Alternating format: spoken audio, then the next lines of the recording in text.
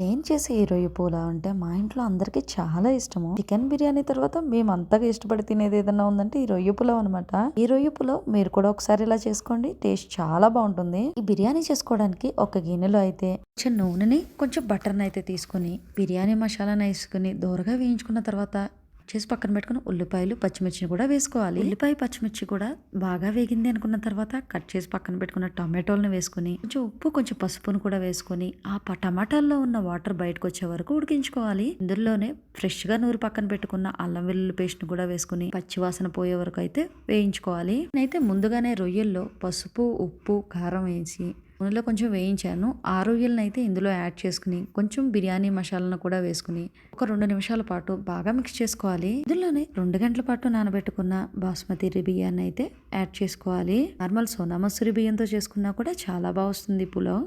బియ్యాన్ని యాడ్ చేసుకున్న తర్వాత బాగా మొత్తం మిక్స్ అయ్యేలాగా కలుపుకోవాలి. ఇందులోనే కట్ చేసి పక్కన పెట్టుకున్న కొత్తిమీర పుదీనాను కూడా యాడ్ చేసుకుని 2 గ్లాసుల బియ్యానికి గాను 4 గ్లాసుల నీళ్ళు అయితే నేను పోసుకున్నాను. నీళ్ళనైతే యాడ్ చేసుకున్న తర్వాత ఉప్పుని అడ్జస్ట్ చేసుకోవచ్చు. మనకి ఉప్పు సరిపోకపోతే ఉప్పుని యాడ్ చేసుకుని కుక్కర్ మూతనైతే పెట్టి 2 విజిల్స్ వేయిస్తే మన పులావ్ అయితే రెడీ అయిపోయింది. ఈ పులావ్ అసలు మీరు కూడా ఒక్కసారి ట్రై చేయండి. అసలు పొడి పొడిలాడుతూ చాలా బాగా వస్తుంది. రొయ్య పులావ్ అంటే ఇష్టం లేని వాళ్ళు కూడా చాలా ఇష్టంగా తింటారు. అంత బాగుంటుంది. మరి ఇంకెందుకు ఆలస్యం, మీరు కూడా ఇంట్లోనే ఇలా రొయ్య పులావ్ని ప్రిపేర్ చేయండి. హోటల్ స్టైల్లో కన్నా చాలా బాగా వస్తుంది. మీరు ట్రై చేసి మీకు ఎలా వచ్చిందో కామెంట్ చేయండి. నచ్చితే గనక లైక్ చేయండి, షేర్ చేయండి. Thanks for watching.